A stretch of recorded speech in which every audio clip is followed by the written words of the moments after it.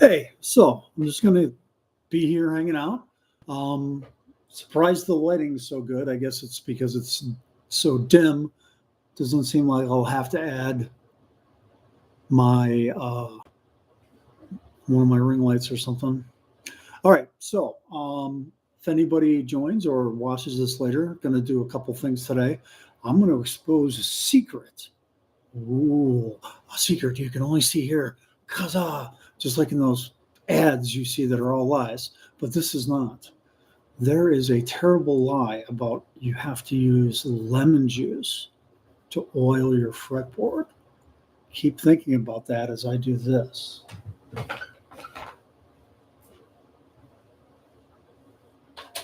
Turn off my humidifier so it's not loud in the background.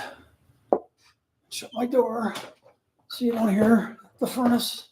Okay. So this is the debut Strat that is on Amazon and was quite the rage earlier this year. $125 for a real Squire. Previous to this, I had a monoprice Cali, which was also exactly $125. But this guitar just kind of beat it out a little bit. I mean, it was close. So I went ahead and sold the Cali. The problem with this is the fretboard isn't just dry. It's like dry to the point where when I'm playing, all of a sudden I notice I'm in pain, and that's because splinters are coming off the wood, like literally. So I'm going to condition this the cheap way, the wrong way. I'm not going to take the strings off. I'm going to use this wacky super whammy bar to get enough slack to go in there and start to condition this. Now, although I do have expensive lemon oil, here's the secret. Oil is oil. So I'm going to use cheap vegetable oil to condition this fretboard. It's not going to smell like lemon. It's going to smell like corn oil, but it's going to do the job. And I don't have to replace my, I think it was like $12 for this little bitch ass size thing of oil. So let's talk through that. All right. Every time you buy, certain cheap guitars, they throw in little swag. And at some point, I bought an Anya guitar, and it included this lovely cloth. We're going to use that. And then a couple Christmases ago, I decided I wanted Irish coffees because it was so freaking cold, and I bought a little Bailey's gifts pack, and it included these actual stoneware cups that you can use for everything. They're microwave safe. They're great. I'm going to use this to put a little vegetable oil on this fretboard. In case any ladies or, gentlemen who like gentlemen joint, I'll do it slow and sexy. Oh, yeah. Oh, we're going to take just a corner of the soft cloth so we have some dry area to go ahead and take the excess moisture. There's going to be excess moisture off. All right. So, yeah, we get that vegetable oil in there. Not going to be able to see all of this, but I already told you what I was going to do. Use the whammy bar to get enough spare slack to get this in there. Here, maybe I can show it like this. All right, now we got the vegetable oil. Oh, yeah, baby. I get all of those frets. This will also get some dirt and crud off of the frets. I'll go over the top of it to get the strings because there's already some oil from my fingers on the strings, and oil will clean oil. If you've ever used a WD-40 to clean something up, you know what I'm talking about. Hit the top again. Open up the tension with the whammy bar. Release the tension.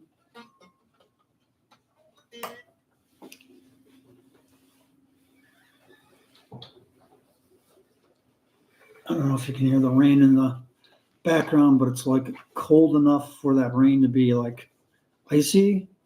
So it's really loud and kind of boring and depressing.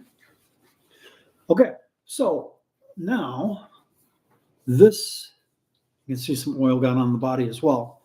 But now this fretboard has been oiled, right? And if I let this sit for a while and come back, it's not going to be so dry that it's the rosewood or the Indian laurel isn't going to be splintering off and catching in my fingers. And that's going to make this inexpensive but still nice guitar a lot easier to play if it's not injuring me while I'm playing it. All right.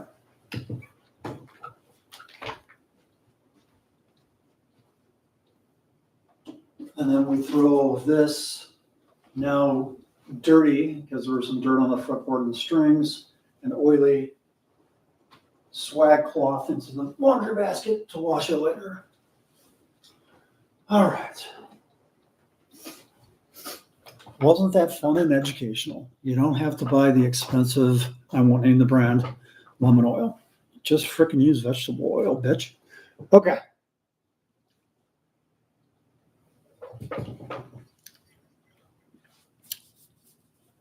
Now, the next thing. Going to practice some Metallica. All right. So even though I've been playing for 30 years and I'm very set in my ways, a good friend was telling me about a guitar teacher that his kids went to.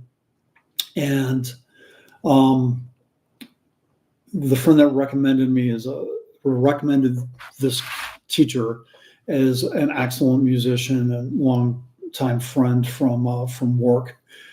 So when he was giving this guy such high praise, I'm like, yeah, if I start taking lessons again, maybe I'll look into this guy. And sure enough, I looked into him. Not only is he a great musician, his basement studio is not a basement studio. It's like a professional, real studio. I'll have to see if I can get permission from him to throw up a couple of shots of his control room, or maybe link to his own sites. But it's impressive, and his knowledge and skills are equally impressive. So he kind of has this approach where he teaches you, whether you want to learn them or not, 3 songs because they're all in the key of B minor, and he compares the different styles and approaches of each of these guitar players and these iconic songs. So the songs he makes everyone learn are in this order: Comfortably Numb, so starting with the rhythm. And that was pretty eye-opening because I've been strumming wrong my whole life, right? When you see a strum pattern of down, up, down, down, up, you shouldn't be going down, down, down, down, up. You should always be moving your hand. Down is the literally the downbeat, back up is the upbeat, and you just don't strum until you get to the appropriate strum, whether it be an upbeat or a downbeat. And that way you're always in time. So over the years, when I've published original music, and I've even got stuff published on Apple and Amazon, and I had things streaming in Europe on different sites. This is before Spotify. Had things streaming. Was somewhat popular in certain Asia Pac regions, including India, places where karaoke bars have been around forever, like the Philippines and stuff, and was on different streaming services pre-Spotify that served those markets. So even though my music wasn't perfect, enough people liked it that it was getting heard around the world. So professional musicians would make comments like, "Hey man, you've got this published out there, people are streaming and buying it, and your rhythm's off." And I never really knew what they were really referring to in some sections of especially one of my songs, Breakaway. But now that I know how I should be strumming that song, that down is the downbeat and the up is the upbeat, and you're always moving your hand. I've gone back and had to relearn my own song, and yeah, it sounds better, and I can see, um, if I just look at the sound waves, I can see, okay, this is, compared to the recording I did 12 years ago, I am hitting every beat where before I was drifting, sometimes before the beat, sometimes after the beats. So, just learning that from practicing Comfortably Numb, he had me do some remedial work. I went to the penalty box of shame and had to learn Wonderwall before going back to um, Comfortably Numb. So anyway, blah, blah, blah, blah, blah. The next song is Hotel California, which is also in B minor and actually has solos by two different guitar players, Don Felder and Joe Walsh. And they approach it differently, so it's good to learn that, as well as, the iconic David Gilmour songs. And, he was kind of joking. He told me, look, you practice the second solo for Comfortably Numb every day for 10 years, and maybe you'll start to sound like Gilmour. So that wasn't a jab at me. That was just showing his real appreciation for Gilmour and his phrasing. And then comparing that to the guitar players in Hotel California. And now, even though I grew up in the 80s hair band metal days, I was more of a hard rock Guns N' Roses kind of guy, where Guns N' Roses was just coming in. And then the real heavy metal was rising as I was getting out of music and getting a day job and starting a family and blah, blah, blah, blah, blah. So I never really learned how to chug and how to pick appropriately to get the right kind of chug, and how to, even hold the pick properly for that kind of music. So that was another huge gap. So I'm really struggling to learn the Metallica song that we'll be practicing here. I don't want to name it, so I don't want to get a copyright strike. If there's a YouTube bot out there scanning these live streams once they're recorded. So anyway, to do that, let's see if I can get this stuff on film. Here's my current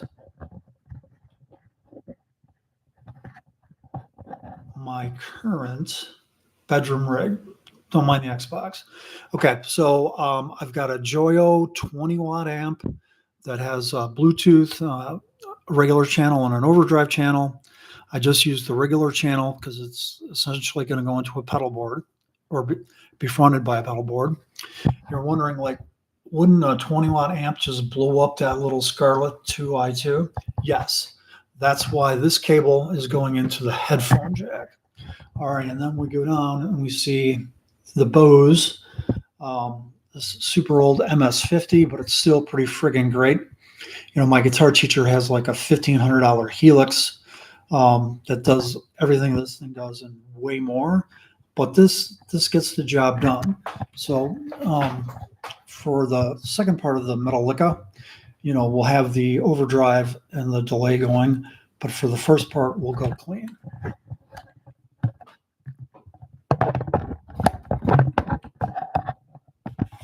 Okay, so let's practice some Metallica.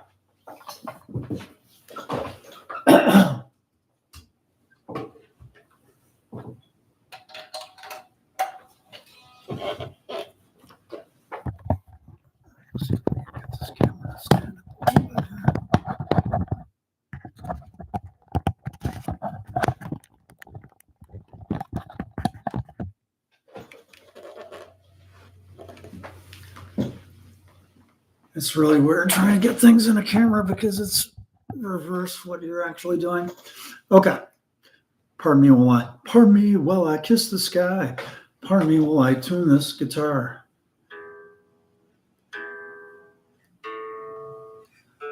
I don't know if anybody else has noticed this, but when it's dry, the guitar goes flat. And when it's humid, the guitar goes sharp. Let me know in the comments if you have that similar experience, but that's just me. And that's like every guitar I have in this apartment, which, more than one or two. Okay. Gotta hit this little button on the Scarlett, otherwise we won't hear shit. And turn on my speakers.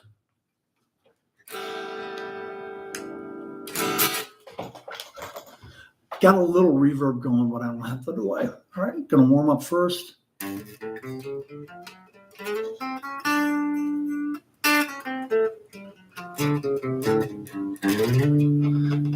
that also lets me know that the volume's too low.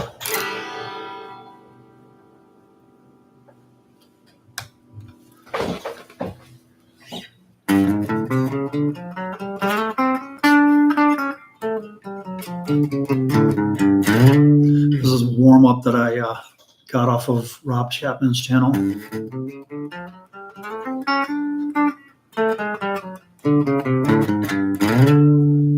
Just some monochromatic with some slides. But if you can't get that right, then, you know, when you do your pentatonic solos or whatever, you're not going to get those right either.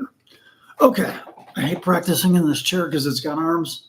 Someday I'll buy one of those expensive practice chairs that doesn't have arms.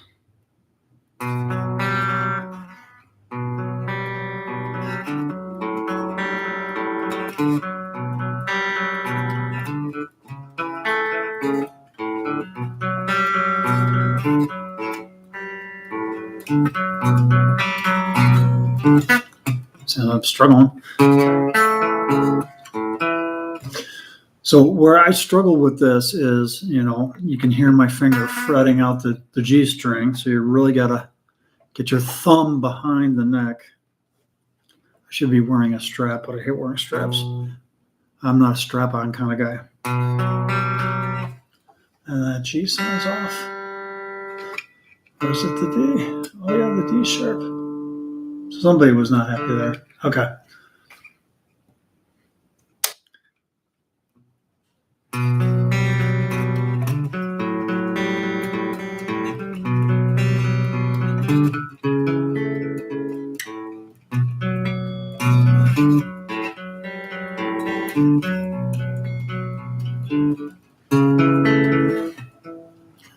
I'm nervous now because I'm doing it on camera.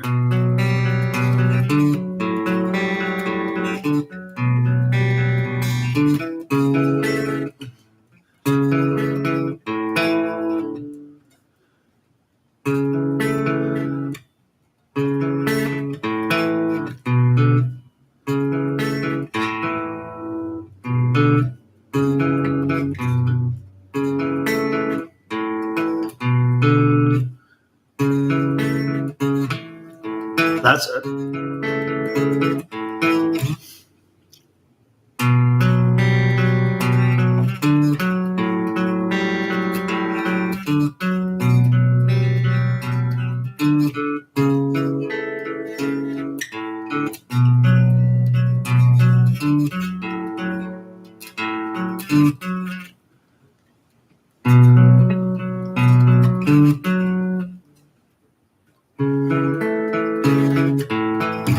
So many parts to that song, I'm already thinking about, you know, the next part, and that's throwing me off. I have to not be ADHD.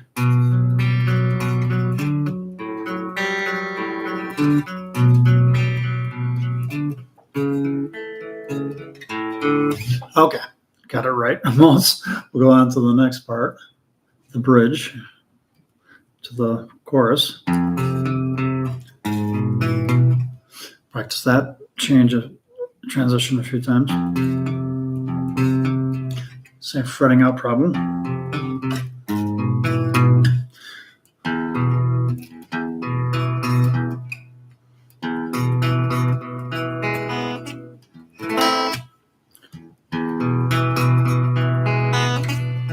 That's what it is. Okay.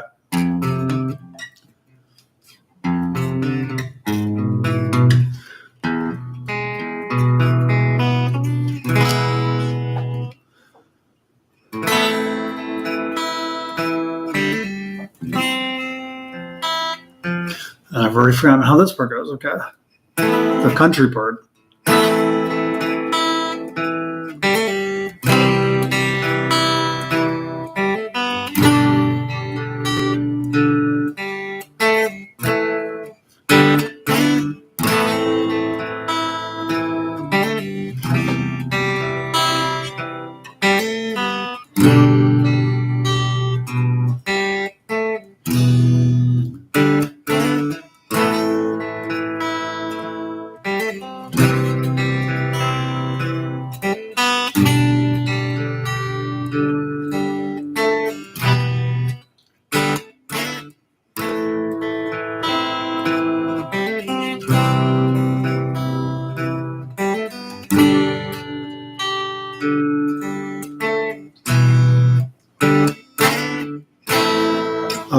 So those parts are strange arpeggios, right? This part, it's haunting.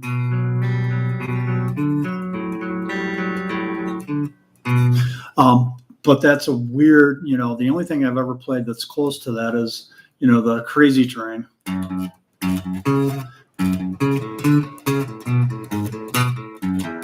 In that position. So that's just kind of weird for me. Usually playing licks like that a little farther down the neck where it's easier. Okay, so now to practice the other part that I'm struggling with, as you can see, I'm struggling with this whole song. We turn on the ME40, hit the overdrive and the delay. All right, and this is where the picking issue comes in, because normally I pick like this, where to get the chug right, you should be holding the pick. So there's only a minute amount of the pick showing, and you hit the strings at an odd angle.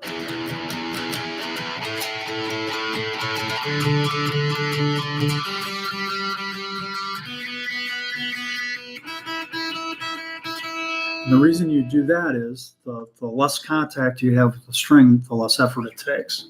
So he started having me practice remedially, almost like I had to learn with Wonderwall, a different Metallica song, so I could get that chug going.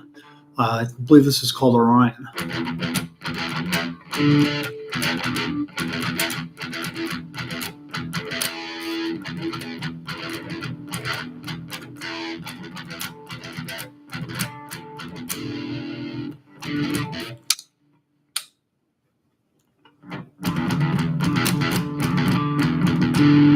So what's supposed to be happening here is, you get the chug.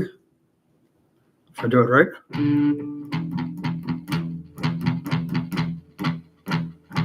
And lift the palm mute off and let that string ring.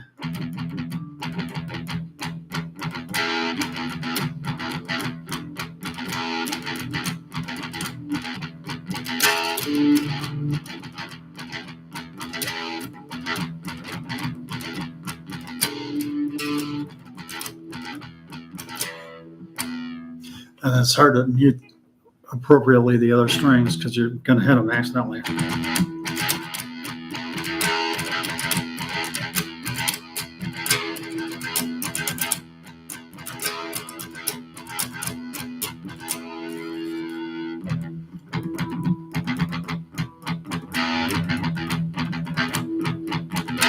There we go.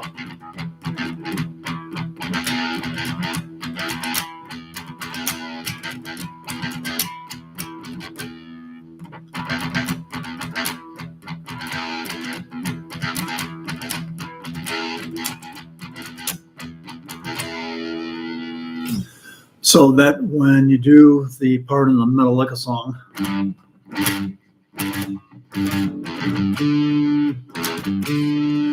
do the same thing. You chug this, triple it, da da da da, and then when you hit the other part of the power chord, the fifth, this is the root, you're supposed to let that ring real loud.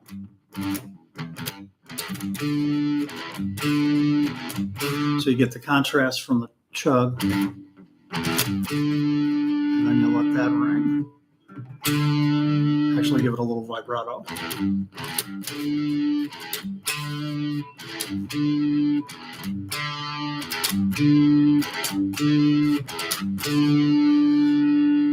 then the second part of that riff is so open, essentially an A chord, and a C to a B flat, or C to a B.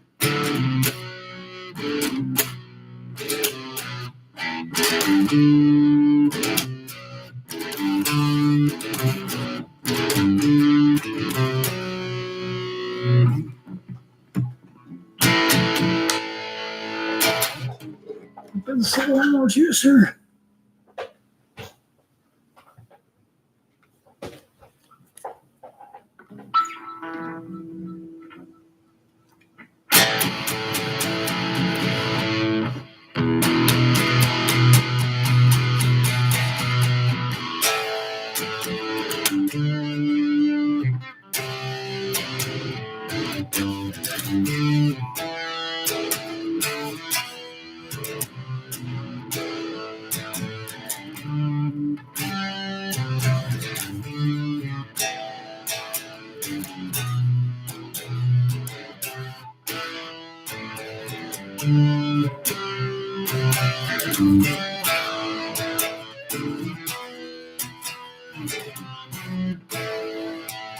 So,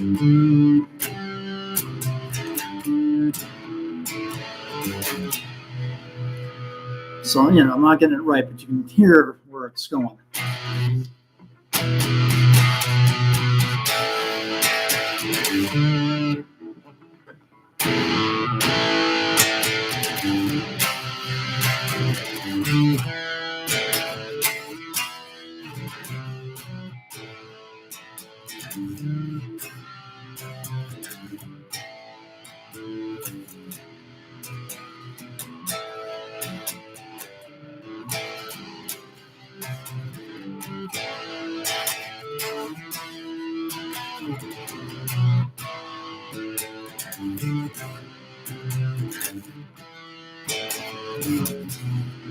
And then this part I really struggle with.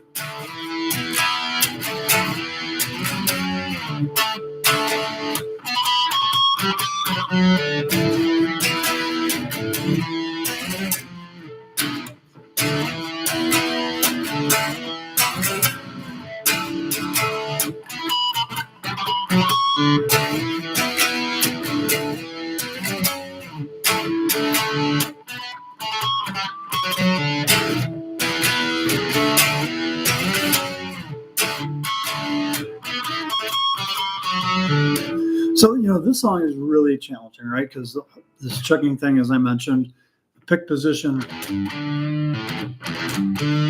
having the chug right.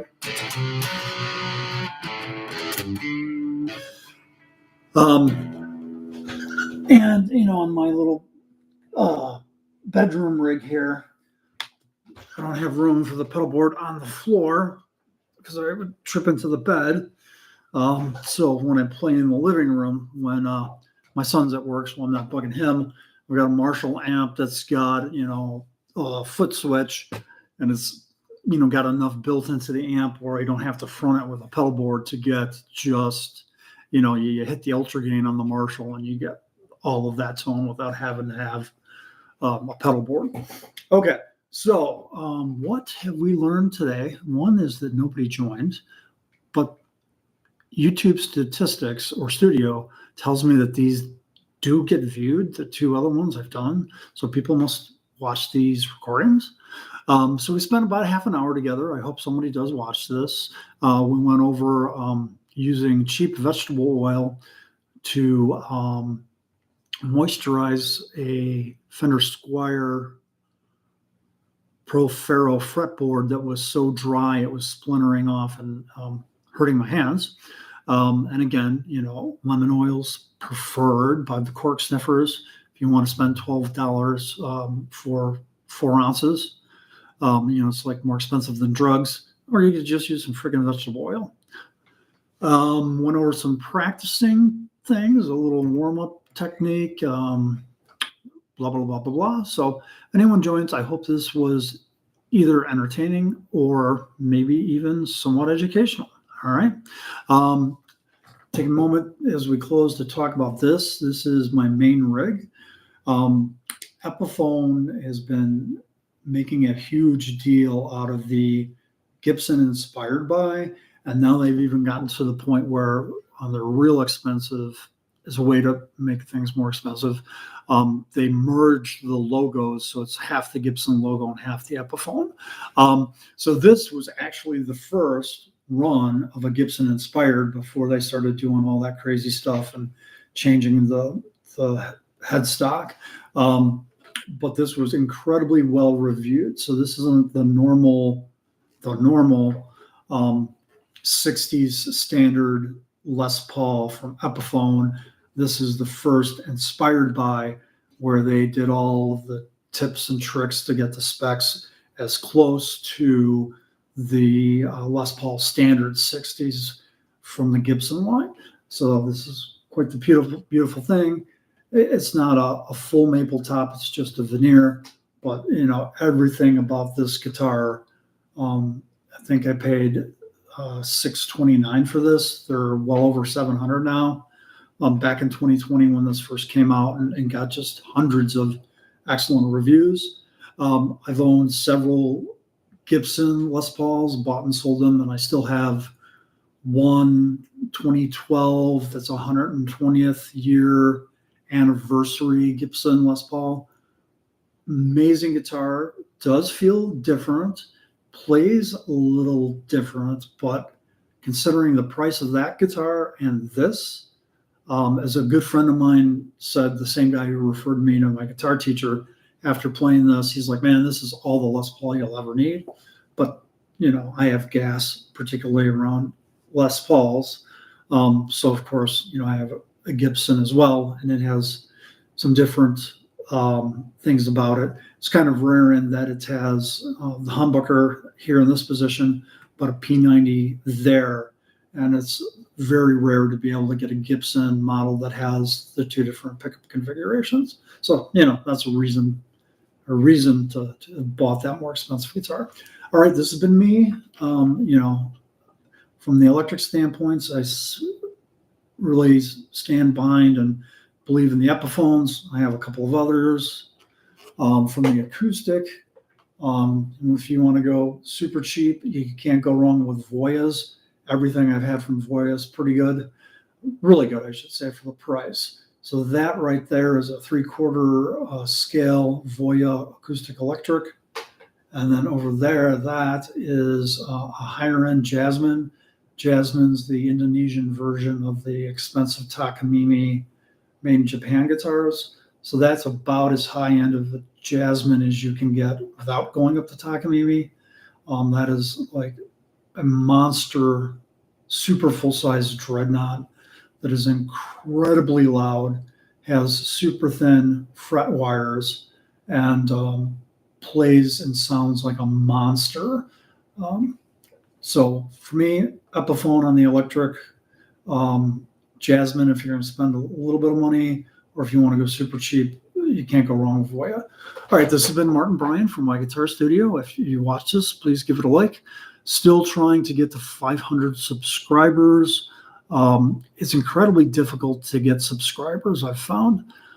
So by watching a sports guy during the football season, a gentleman by the name of Tom Grassi, one of the ways he's grown his channel is by literally making an effort in his live streams and in his videos to take the time to say, hey man, please subscribe. It really helps me. He doesn't beg like some of these channels and do the scripted like, subscribe, bell, notification. He's just like, hey man, I'm trying to grow my channel. Please subscribe. Since I've started doing that as well, I've noticed the subscriber count on my channel over the last couple of months has gone up quite a bit. 21 in a month is really good for me. Usually I get like 20 in a year. I've been doing this forever. So if we could get the last 30 people to get over the 500 hump, that's a personal objective of mine. And then it's one of the check marks going forward to being able to monetize at some point. So I'll have a couple more of those check marks checked. All right, thanks very much. Let's see if I can figure out how to end the stream. Goodbye.